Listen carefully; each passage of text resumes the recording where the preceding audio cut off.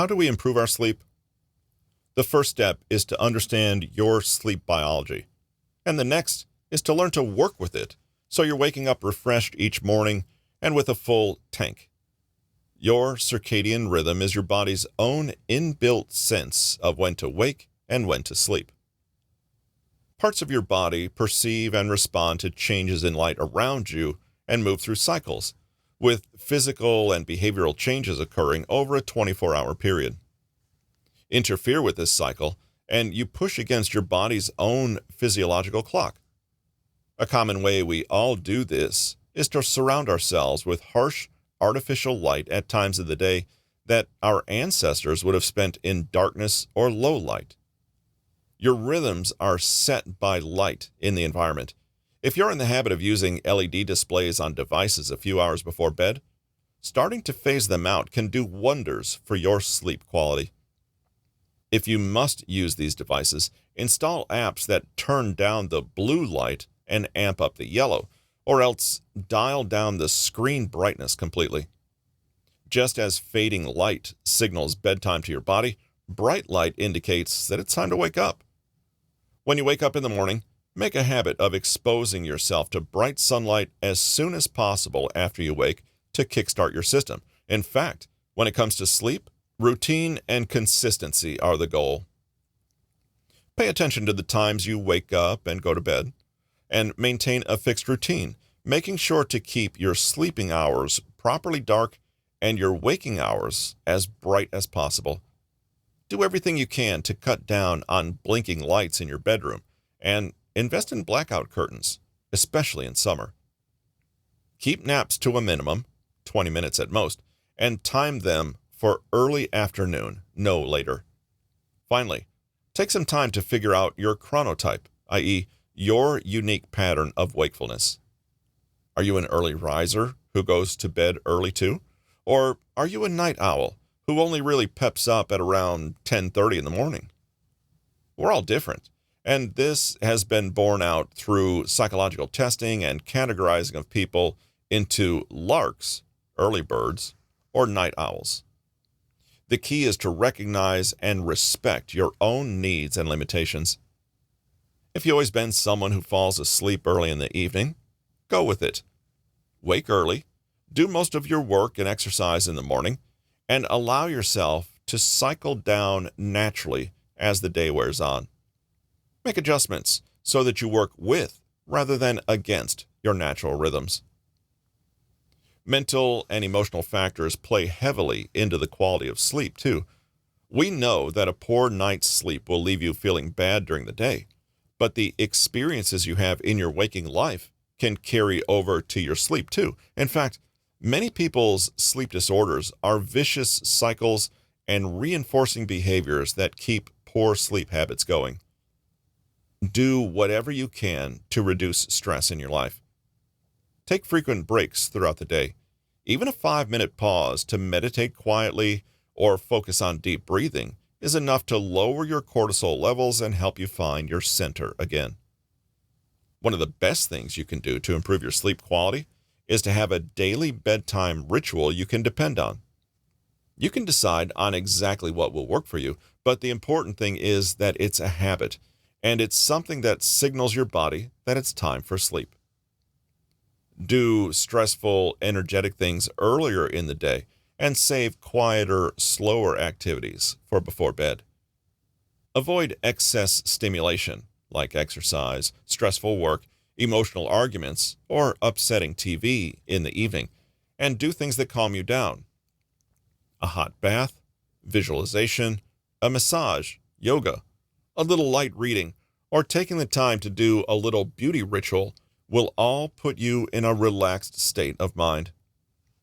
If you're someone who has difficulty with insomnia or poor sleep hygiene, a big part of your ritual will be to program yourself with a more relaxed attitude toward sleep in general.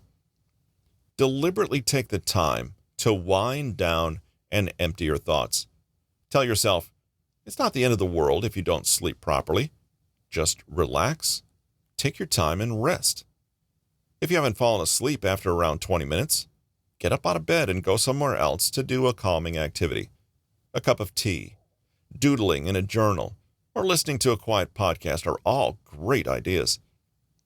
Insomnia can feed on itself if you allow yourself to worry that you're not sleeping well. Your attitude towards sleep is just as important as the more practical factors. Actively remind yourself, it's okay if I don't fall asleep. I'll still get rest, even if I just hang out here for a while. Don't put pressure on yourself to sleep right. What could be more unrelaxing than that? If you can't fall asleep, don't linger in bed, or else you may create negative associations with that space.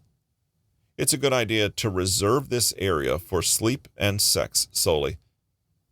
You might find that spending a little time making your own sleep sanctuary goes a long way toward telling your unconscious mind what to expect when you get into bed. Choose relaxing, decluttered decor. Good quality bedding, blackout curtains, breathable pajamas, and possibly sleep masks and earplugs will do wonders. Ensure your mattress is firm and doesn't keep you overly hot, and that the room is quiet, dark, and slightly colder than you'd normally like. Make sure there's good airflow without any drafts. Do something about snoring partners and/or pets who hog all the space. Give yourself a pillow you love, and you're ready to go. Finally, if you're a frequent flyer or find yourself sleeping in hotels often, take some time to figure out ways to mediate the disruption. Over-the-counter melatonin pills can help with jet lag, and the occasional sleeping pill or natural remedy can help break a bad sleep cycle, when used only very occasionally, that is. Overall, there's a lot you can do to honor your natural limits and needs and work with your biology rather than fight it. In case you haven't noticed, the latter never works out well anyway. And this goes beyond just ensuring you get better sleep. Your circadian rhythm is about the complete ebb and flow of your energy throughout the day. There are certain times you're going to be more active and energized, and others you're going to be more mellow. Knowing when these times occur means you can schedule your life to better fit your natural cycles. People are not machines with uniform, unwavering energy levels no matter the time of day. Firstly, bear in mind that there's nothing innately superior about being a morning person, and you won't magically be more productive just because you forced yourself to wake up earlier or get more things done before lunchtime. As we've seen, this advice works for some chronotypes, but not everyone will actually be more productive this way. The old early to bed, early to rise wisdom is not for everyone, in other words. Rather, you need to look at the times when your body is naturally more awake and make sure you've scheduled your work to coincide with that. It doesn't matter whether this is comfortably done in the morning or almost midnight. If it fits your chronotype and energy levels, it works. How do you find your peak hours? First, become curious about your actual habits over a period of a week. Note the times of day you were most productive. Look for patterns, not just in energy levels, but in enthusiasm and emotions too. Look for what inspires energy outbursts and when you have the most output work-wise. Now, the obvious next step is to make sure you're taking advantage of that energy spike by booking these peak hours and managing your other less important or less demanding tasks outside that window. Essentially, you're budgeting and managing your energy just as you would your time and money, using what you have most efficiently. Another way to look at it is by taking the circadian rhythm and extrapolating it into our ultradian rhythms, which are the rhythms that move us through the 24-hour cycle of our lives. Sleep researcher Neil Kleitman identified the presence and importance of rapid eye movement, REM sleep, and discovered that the body generally operates in 90-minute cycles, moving progressively through periods of higher and lower alertness. In other words, our energy and alertness come in 90-minute chunks. These 90-minute cycles apply whether we're awake or asleep, and we can use this information in a few ways. First, we now know there's essentially a time limit to energetic and productive thinking.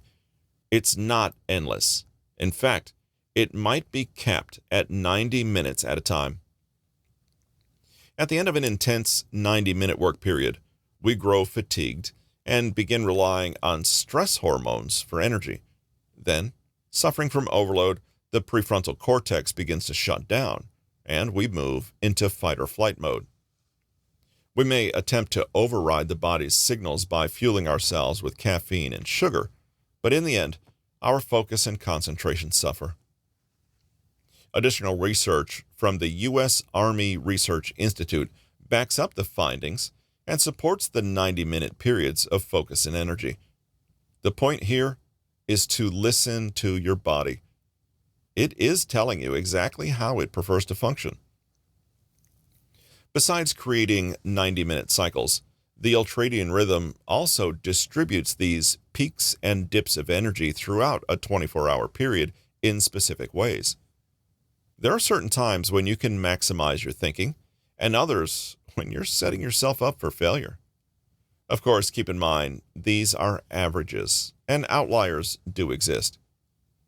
As we move through a typical day, it takes a few hours after waking to reach our peak levels of energy and alertness. For many people, the late morning hours, after 10 a.m., represent the highest period of mental sharpness and focus. This is when you might take advantage of your brain functioning at its peak, but remember, you probably have only 90 minutes on average. Soon after lunch, our energy levels begin to decline. According to Christopher Barnes's writing in the Harvard Business Review, our body's energy naturally dips somewhere between 2 and 3 p.m., possibly because we're at the midpoint of our wake cycle. For thousands of years, humans have rested during the afternoon. Think of the Spanish concept of the midday siesta or nap. And only since the Industrial Revolution imposed an emphasis on mass productivity have we begun to eliminate this critical period of rest for the 9-to-5 workday. After we hit that afternoon dip, our energy levels begin rising again, and we generally hit our second peak around 6 p.m. As the evening wears on, our energy diminishes, slowly transitioning into sleep cycles. The ultradian rhythm of energy is something that rules our day-to-day existence. You can fight it, but why would you? Work within the simple guideline it lays out for your energy, and you'll find that smarter thinking becomes the rule rather than the exception. Find your most energetic and productive hours. What is the optimal time of the day to work? The answer will not be the same for everyone. With a little curiosity and self-observation, you can figure out how to structure your daily life, whether that's concerning work, your own creative projects, or even with workouts. The first question to ask is, what time of the day do I have the greatest amount of energy and concentration? Look for the time of day where you feel most optimistic, enthusiastic, and alive. This is the time of day you're most likely to be inspired to spring into action. You may even have a double peak or a small second wind after your first wave of energy. You're most likely not going to be most energized right before sleep or immediately after a big meal. Tip: most of us are not wired to have strong periods of productivity following a big meal. The second question to ask is, at what time of day do I have the fewest interruptions and distractions? Being productive is more than just managing your natural ebbs and flows. We're all blessed with an energy peak every day, but we may nevertheless experience that peak right at the time we're most likely to get distracted. Having things interrupt and derail you right at the time you're most able to do deep and creative work is bad news, for obvious reasons. But how do you deal with it? You can pair your self-knowledge, i.e., understanding where your peak is, with a realistic appraisal of your life obligations and challenges. Understanding how it all fits allows you to plan ahead and make allowances and adjustments where possible. You can't change your productivity zone, and you often can't move external obligations and obstacles, but you can certainly wiggle things around a bit. If you predict an interruption in your work zone, try to mindfully divide that zone or extend it a little on either side. See what can be done to move the distraction, delegate, or reorganize. If your whole style of life is working against you, however, you may need to consider bigger changes, such as changing jobs, getting childcare, or working from home, where you can more readily capitalize on your rhythms. A third question is, what work will I do and when? Different kinds of work require different amounts and kinds of energy. Returning to our concept of the energy pyramid, take a moment to categorize the day's tasks. Do they require mental, emotional, physical, or even spiritual energy? Next, ask where you can schedule them so they're most neatly aligning with your own natural peaks.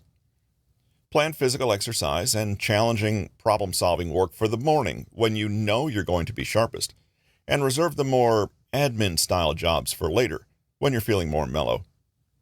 If you know you have a particularly emotionally draining day ahead, you may choose to dial back on the physical and mental demands so you can focus on that. It's a question of doing the right work at the right time. One useful strategy is to identify just one or two main goals for that day. Pour most of your energy and focus into that, knowing that you can get to the other stuff afterward. You'll find that ticking the big, impactful items off the list first will leave you feeling accomplished and confident, and you can actually relax more completely for the rest of the day. The final question to ask is, how can I strategically deal with interruptions? Interruptions, temptations, and distractions are a fact of life. You might as well prepare for them. We already know that the mind's performance and efficacy start to wane after 90 minutes anyway, so can you find a way to squeeze in external demands without breaking your focus and momentum? If something comes up and disrupts you, try to work it into the day, delegate, or buy time until you're finished with what you're doing. Sometimes a distraction is merely a sign of poor discipline or planning. For example, you may simply need to make sure you're not checking your emails or phone while working. All those messages can definitely wait. Communicate to others that you don't want to be interrupted, and make sure you're not setting yourself up to fail by choosing to work at the time of day you're most likely to get distracted. If an interruption is really unavoidable, you might choose to just allow it and enjoy it, knowing that you can take a full rest and return to your work later, recharged, and raring to go again. Life happens. It's not the end of the world to not meet your schedule goals 100% of the time. Here are those questions again. What time of the day do I have the greatest amount of energy and concentration? At what time of day do I have the fewest interruptions and distractions? What work will I do and when? How can I strategically deal with interruptions? If your peak productivity lines up perfectly with your lowest time of distraction, that's great, but chances are the alignment isn't quite perfect. Here's how you can manage that. Productivity curves, stress curves, and communication curves. You can think of your energy, focus, and productivity rising and falling on a graph with time on the x-axis, your circadian rhythm, with shorter cycles of around 90 minutes rising and falling within that, ultradian rhythms. But at the same time, there are other things going on. Your actual work schedule fixed by your workplace, incoming calls and meetings and messages, as well as high-stress moments that demand a reaction from you. When you can visualize all of these curves interacting, it becomes clear where your sweet spots are. Somewhat counterintuitively, the Yerkes-Dodson law tells us that just the right amount of stress at the right time can actually increase our productivity. For difficult tasks, performance increases with increased arousal, stress, but only up to a point, after which it impairs it. The same is not true for simple tasks, which don't show the same impairment. Therefore, it's not a question of reducing stress across the board, but being more conscious and deliberate about how to plan, manage, and prepare for stress in the right quantities. One final factor is the communication curve. Cal Newport, author of Deep Work, suggests a variation to the Yerkes-Dodson law that shows how engaging with emails and messages also increases productivity and performance, but again, only up to a point, beyond which they start to decrease performance. Again, it's not about banishing instant messaging or emails entirely, but finding that sweet spot. Let's put it all together. Our energy curve is innate, and our energy finite. Stress and distractions, for example, from communication, are beneficial, but only up to a point. When planning our days, we can consider all these parameters and then make informed, intelligent decisions about how to schedule our time.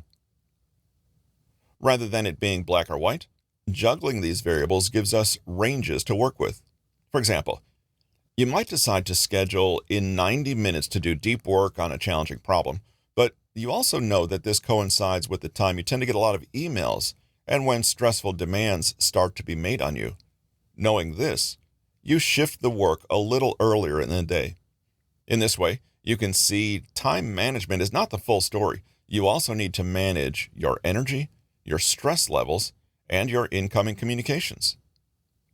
Practicing this kind of energy management doesn't mean that you get it right every single day, but armed with this knowledge, you're always prepared to respond in the moment in a way that optimizes your output, no matter the constraints. Have more energy, a blueprint for productivity, focus, and self-discipline for the perpetually tired and lazy. Written by Peter Hollins, narrated by Russell Newton.